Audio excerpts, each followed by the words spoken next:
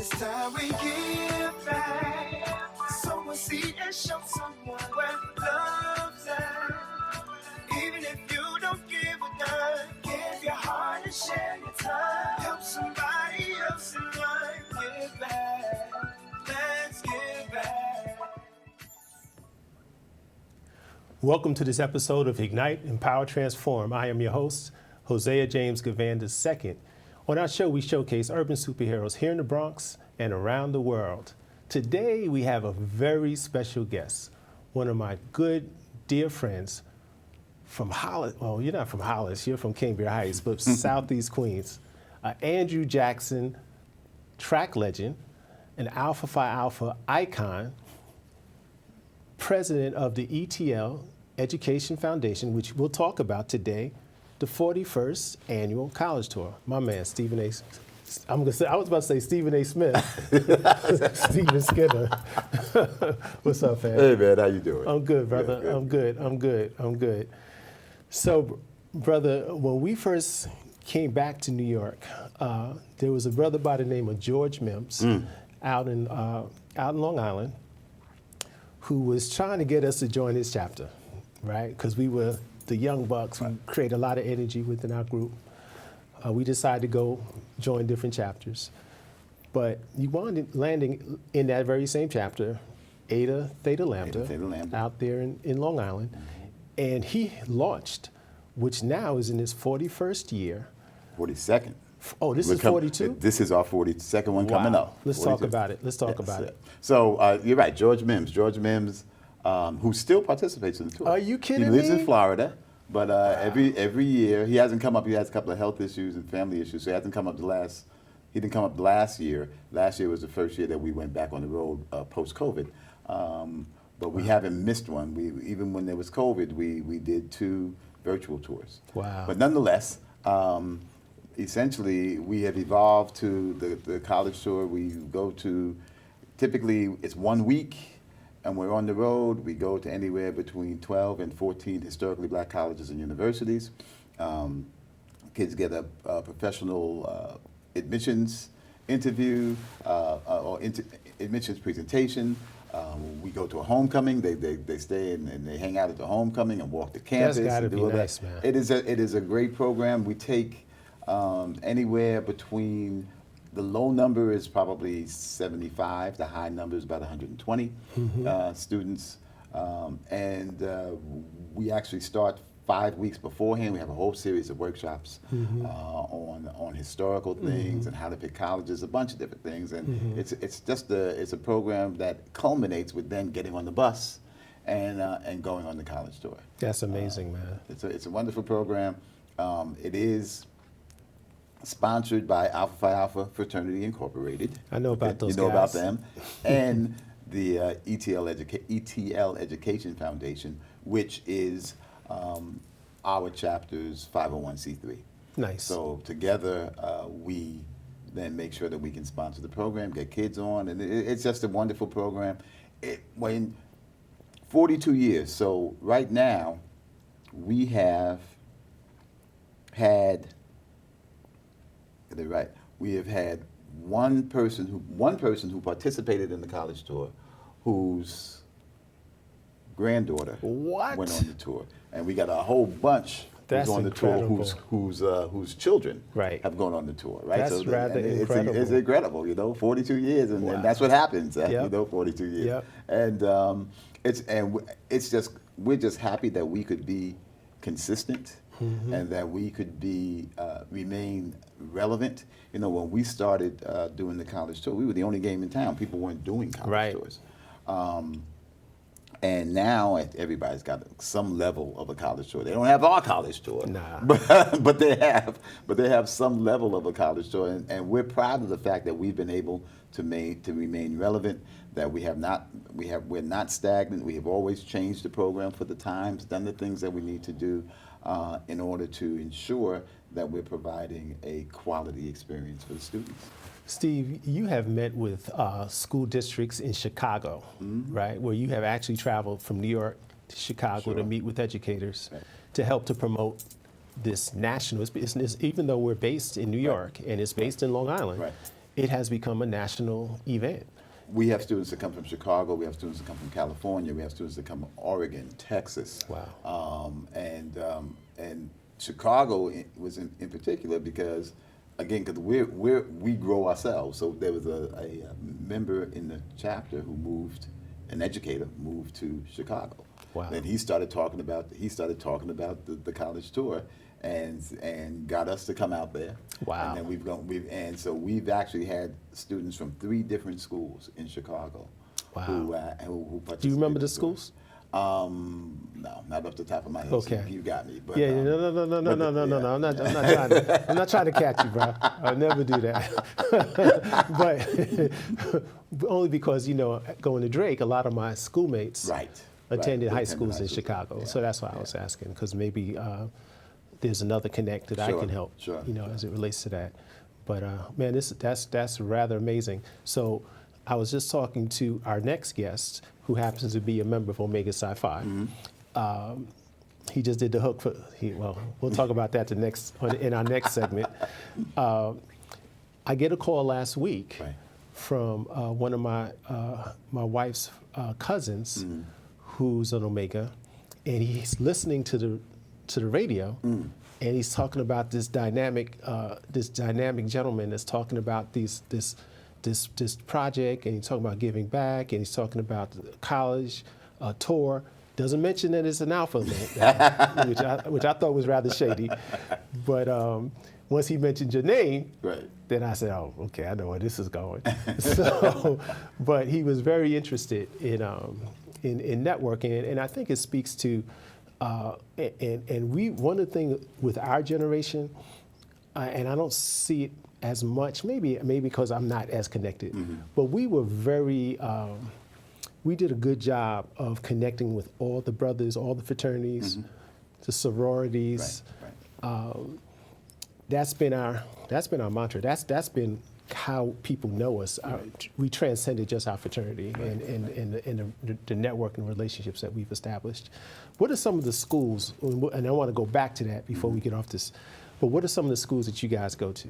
So we have a standard list of schools, and then the add-ons. So we always go to Howard. We always go to Spelman. We always go to Morehouse. We always go to Virginia State.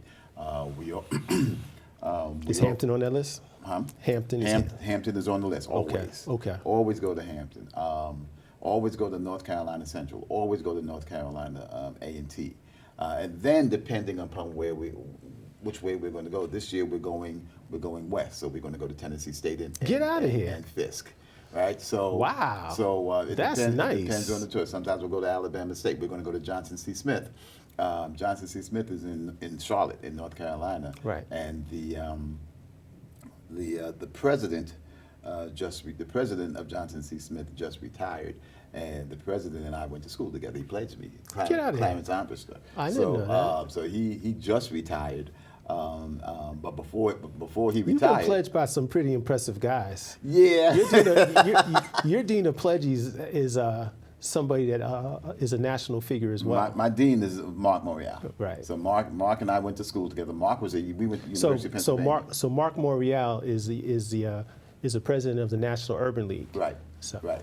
And so Mark and I were a year apart. He was a year ahead of me at Penn, and I didn't pledge until my junior year. So like me, like you. So yeah. I knew him, and he turned out to be my dean, and the rest is history in terms of him. But Mark had the pedigree. His father was mayor of New Orleans, general president of the fraternity, etc. Yep. And then Mark turned around and did the same thing. He ran for general president, but then stopped running when he got the job from the Urban League, right? Which is very impressive. Right. And so, and he's one of the most loved mayors of New Orleans because he served 2 terms as mayor of New Orleans. His wife just wrote a book too. His wife just wrote a book. Yes. And she's in the media as well, right? She's in media. That's cool, man. So, what are you doing now, Steve? You personally, in terms of your career, I think it's important because I wanted to invite somebody that just recognized you as you were coming into the studio, but we're not going to have enough time to do that. Sure. But let's talk about you. So I am. I wear a couple of hats. I'm a college professor. At Kingsborough Community College, which is part of the City University of New York, I'm in the Department of Biological Sciences. I'm the founding director of the Physical Therapist Assistant Program there, but I'm teaching now basically anatomy and physiology. I've been there for 27 years. When I graduated from University of Pennsylvania, I graduated with a degree in physical therapy. So I'm also an active physical therapist. So I treat clients from K through 8 in the school system. Wow. And I also do hospice. So you have a contract with the Department of Education? That's correct. That's dope. That's correct. And then I also do hospice care with an agency. They call me, and I'll do home care, hospice care. So it's a great mix. I always consider myself a clinician first, even though the roles are reversed. I started off full-time clinician, part-time educator, then turned into a full-time educator, part-time clinician. Right. But I love being in the clinic. I love the clinical arts. I love helping where I can with students. So that's what I do. And it was funny because the students came in. I heard somebody's professor. I thought he was talking to somebody else. He was talking to me. Right. And it was one of my former students from quite a few years ago. Right. Wow. Right. I was impressed by that. But your greatest title is? My greatest title is Grandpa. That's right. I've got a 3.5-year-old grandson, and yeah, there's nothing like it. You can take all those other titles and just call me Grandpa, and I'm good. That's what's up, brother. Steve, man, it's been a pleasure. My very first interview in the media was conducted by you. Mega Evans College Radio. That's in the early 90s. Early 90s, Mega Evans College Radio. Now we've come full circle. Full circle. You interviewed me. And I have you on our show, and I'm proud of everything that you've done. I'm proud to call you a good friend, fraternity brother. You've always represented Alpha, our community, to the highest level. That's what I'm going to, and I'm always going to do that. Let me say this: if you go to the internet, www.etleducationfoundation.org. You'll find all the information you want about the college tour. We've already started taking registration and applications. The tour is scheduled for October 21st to October 28th. Included in that, the college tour is one of our programs. We also have a program called the Virtual University Initiative, which is a college readiness program. So there's a lot of things in there. So go to the website, check out the information, and the cool thing is that if you hit contact us, that email is going to come directly to me. Okay, and I can assure you, it'll be followed up on. Yeah, and it'll be followed up on. That's what's up, man. That's fantastic. Thanks for sharing that. We'll have that, as you said, we'll have that in post-production on the screen. Okay? Great. All right, thanks for joining us, brother. Glad to be here. Thank you. Good to see you. Likewise, fam. All right, brother. All right. And we'll be right back. I already knew that I was going to go to college, from a young age. I definitely want to major in political science, become the mayor or something, make the situation better for other people. My name is Justin, and I am your dividend. There are 16 million children struggling with hunger in America. This is a serious problem, but one we can solve. Visit feedingamerica.org to help. Together we can solve hunger. Together we're feeding America.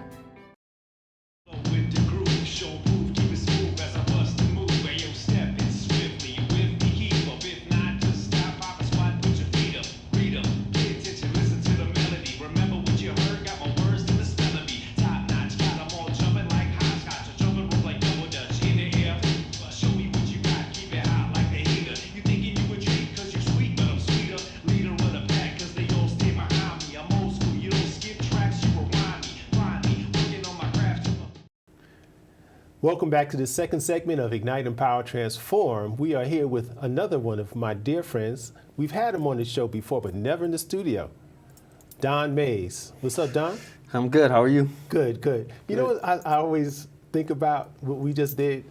we act like we're saying hi for the first time. Isn't that corny? Yeah, it is. It is a Oh little man! bit. But anyway, obviously, we have been talking, and it's not the first time I'm seeing him. But every time I see that done on the show, I say, Yeah. man, that is crazy. What's up, man? Life is good. How about you? Good. So Don is a filmmaker, and he's doing a really exciting project. And one of the things I'd like for him to talk about, just a couple of things, but starting with this film project that you're involved with. Okay, we are doing a reimagining of Frankenstein. It's called Frankenstein, A Dark Tale. In this film, the Frankenstein, Dr. Frankenstein, the scientist, is black, and the monster he creates is the first white man. So it just totally flips the script on racism and otherism, that kind of thing. So we just kind of, it's a satirical piece that really examines race in this country throughout history. Don, that is crazy creative. Was that your idea or one of the other producers? It was one of my other producers' idea, but I wrote the script. Okay. Yeah. Okay. Now, you've done a number of projects. Yes. Documentaries. You Short films, yeah. started theater groups. You've acted yourself. Yes. I would call you a Renaissance man. Oh, okay, I'll take that. I don't know if I would call myself that, but I'll take it. I've been involved in theater and film and also photography for a long time.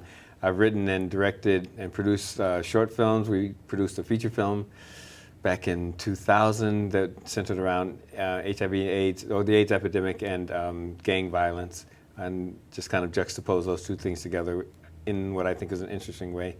It was called Same Difference. I've done several short films. I've directed a lot of theater, and I did stand-up comedy for a while. Started my own comedy club for a very short stint right before COVID started, and then COVID kind of put that out. Things weren't as funny as they used to be. Yeah.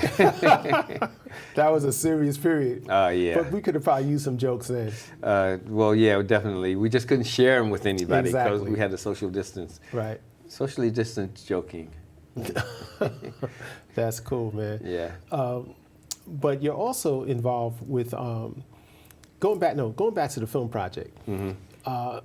We're in the midst of a strike right now. Yes. Yeah. And, 2 strikes.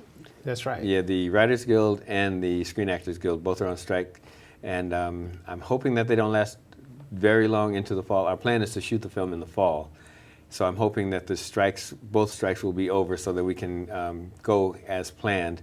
We're still in the fundraising phase, so we're still looking for some investors, but the plan is to shoot it in the fall. I live in Rhode Island, and we're going to shoot in Rhode Island. It's going to be 1930s, 40s era. Oh, really? Shot in black and white. Okay. So it's going to be like really emulating the aesthetic of the original Frankenstein films, and it's kind of leans heavily into satire. My producing partner is Roderick Giles, who's a New York filmmaker. Actually, he also has worked at BronxNet for a while as well. Oh, wow. In another office, and Karen Baxter, who has been a stage producer. Any relation to Camille? No, no. That's a whole different story, whole different world, whole different thing. Okay. Camille Baxter is a Mutual friend very dear friend of both of ours. We went to school at Drake University. That's how Undergrad. I know Don, and she's an adorable person who we love, and one of the world's goodest humans. Absolutely, positively, absolutely, positively. Yeah. But so I'm coming. I have another story about it's not about Baxter. It's just a coincidence. Okay. Maybe more than a coincidence, but Go ahead to share it. So I write and produce a audio play. That's what I was just about to talk about. Okay, go ahead. You can do the intro. Do your thing. So I write and direct this audio play called God Talks to an Agnostic. And the idea was during COVID, we couldn't do live theater or we couldn't produce film, but we could go into a studio and have social distancing in the studio. Folks could be in their own individual booths talking to their own mic. So I created this audio play. It's, each season is 12 episodes. Each episode is 30 minutes. And it's an examination of religion and the black community, the good, the bad, and the ugly of it, how religion was used to justify slavery, all the way to how Dr. King used religion in the forwarding of the civil rights movement. Right.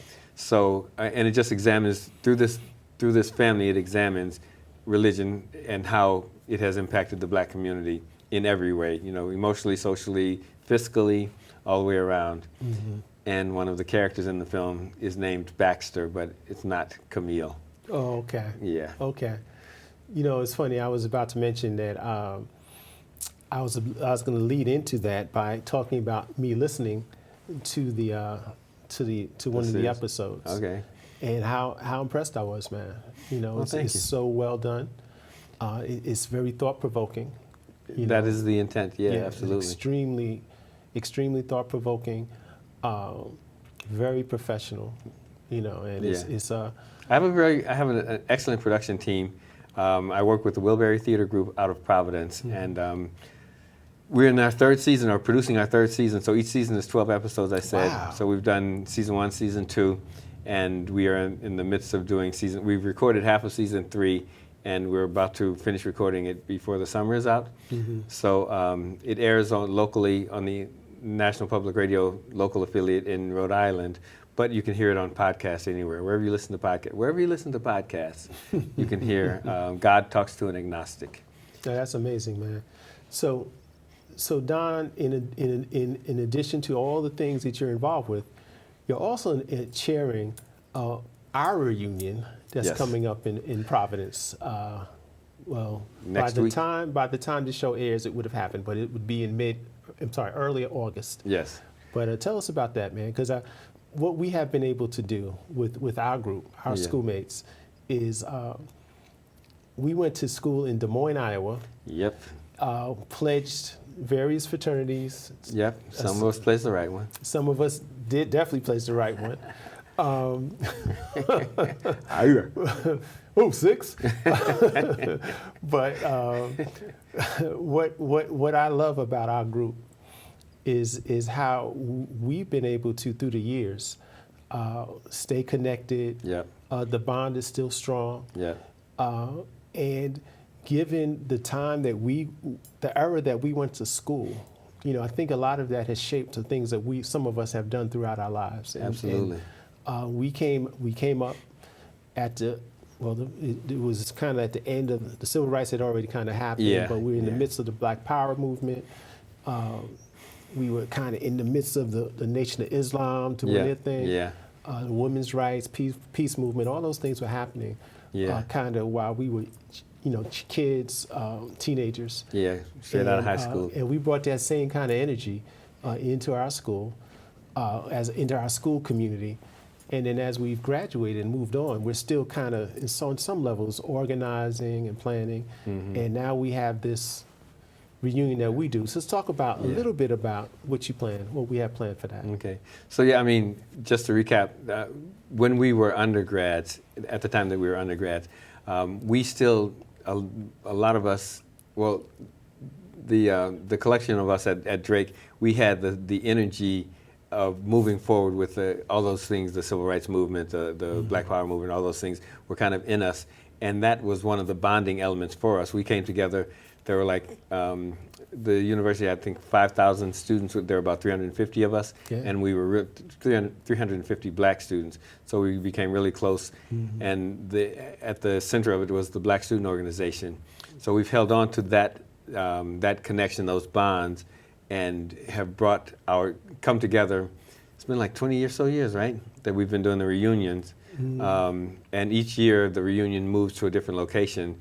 I think we've gone back to Drake a couple of times for the Drake relays, but in past years the reunions have been San Francisco, St. Louis, Orlando, Chicago, and this year we're going to have it in Rhode Island, the first time that it's going to be held in the Northeast. And we're going to be in Providence, Newport, and we're going to actually go out to Martha's Vineyard as part of it.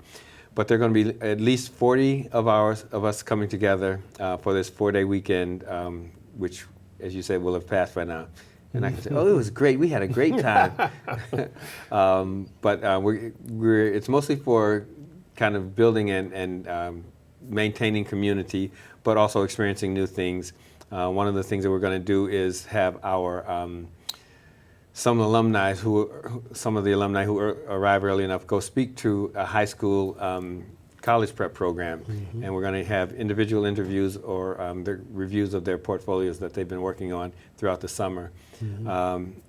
Each reunion has a big gala event. This year, I don't know if it has to do with who I am or what my background is, but the gala event is centered around the golden age of Black Hollywood. Nice. So folks will come dressed up, and we'll have the whole theme around Hollywood there. Nice. And just, folks who've never been to that part of the country can see, how beautiful Rhode Island is. We're going to pop out to Martha's Vineyard. I'll see if my boy Barry and Michelle can see us. Barry is in Barack Obama, Obama. That's his boy. Yeah. But I'm thinking it's gonna be a really nice event. Folks are really excited about coming, and I'm excited to have folks come to this part of the country. Awesome. Quick, we're about to wrap up. Okay. Favorite actor? That's hard to say because it changes. Sidney is always there. Sidney Poitier, Denzel is always up there, but there are a ton of really amazing actors. One of the actors that we're looking to bring into the film, Orlando Jones, who started out as a comedian, but he's done some really strong performances. Favorite actress? Again, that's hard to say because there are so many.